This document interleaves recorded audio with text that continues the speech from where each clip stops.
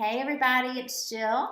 I want to welcome you to our 4-day clean eating and Shakeology challenge. Leon and I are so glad that you're here.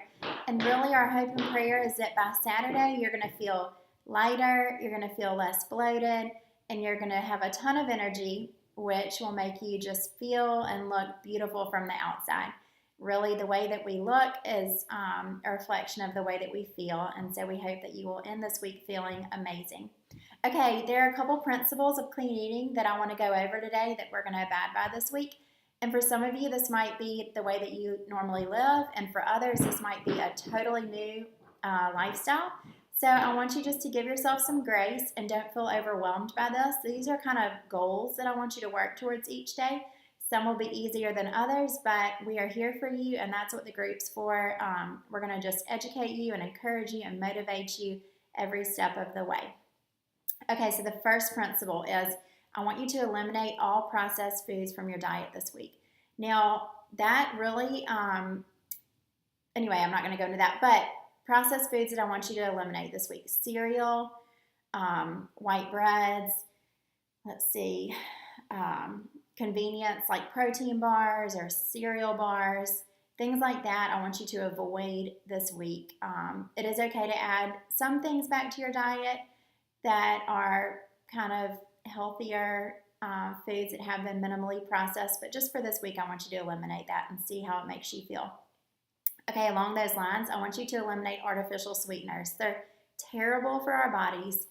They're just full of chemicals that our bodies really can't process, and they just wreak havoc on the inside of our body, but they also cause us to crave sugar, and they can even, studies say, cause you to gain weight. So I want you to eliminate all of the Splenda, Sweet and Low, things like that, but I also want you to eliminate sugar. So for me, the hardest part of eliminating sugar is my morning coffee, because I do love me some sugar in my coffee. But I've learned to really enjoy liquid stevia. Stevia is an all-natural sweetener that is totally allowed. And my favorite is the French vanilla liquid stevia from Whole Foods. I think the brand is 365. It's fabulous. If you put that and a little unsweetened vanilla almond milk in your coffee, it tastes like a latte.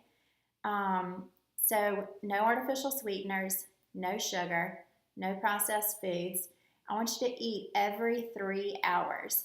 Okay, the theory behind that is that your metabolism is like a fire. And first thing in the morning, you're going to start that fire, and you're going to regularly add logs to the fire throughout the day with every meal, so that your metabolism never has a chance to kind of burn out and start running low. And what happens when your metabolism slows down is that your body starts to conserve energy, and it hangs on to what you give it in the form of food instead of burning it for energy.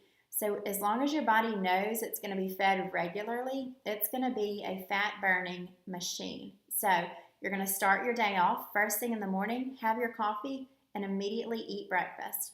So for example, if you have breakfast at 7 a.m., then at 10 you'll have a snack.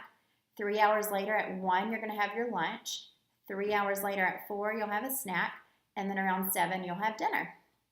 Easy peasy. You might even want to set alarms on your phone to kind of tell yourself when it's time to eat, because for most of us that doesn't come naturally.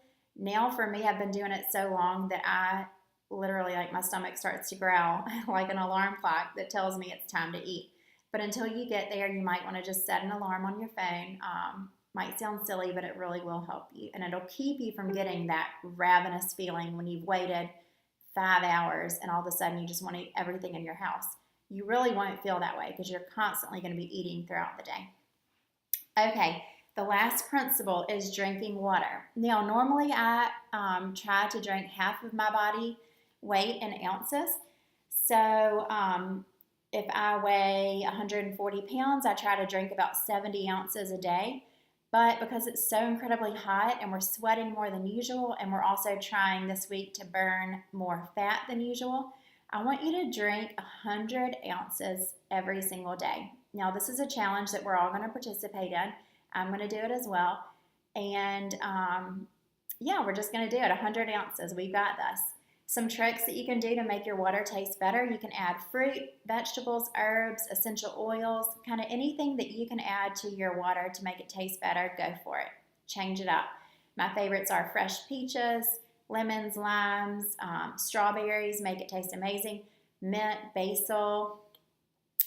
If you have like some essential oils, maybe grapefruit oil, lemon oil, those are all fabulous choices. You can even add a little stevia if you want to with your strawberries and mint to make it a little sweet. That's delicious. I personally don't do that, but I know some people that do. If you want to sweeten up your water, go for it. Okay, y'all, some of you might have a question or two, or maybe 4 or 5 or 6.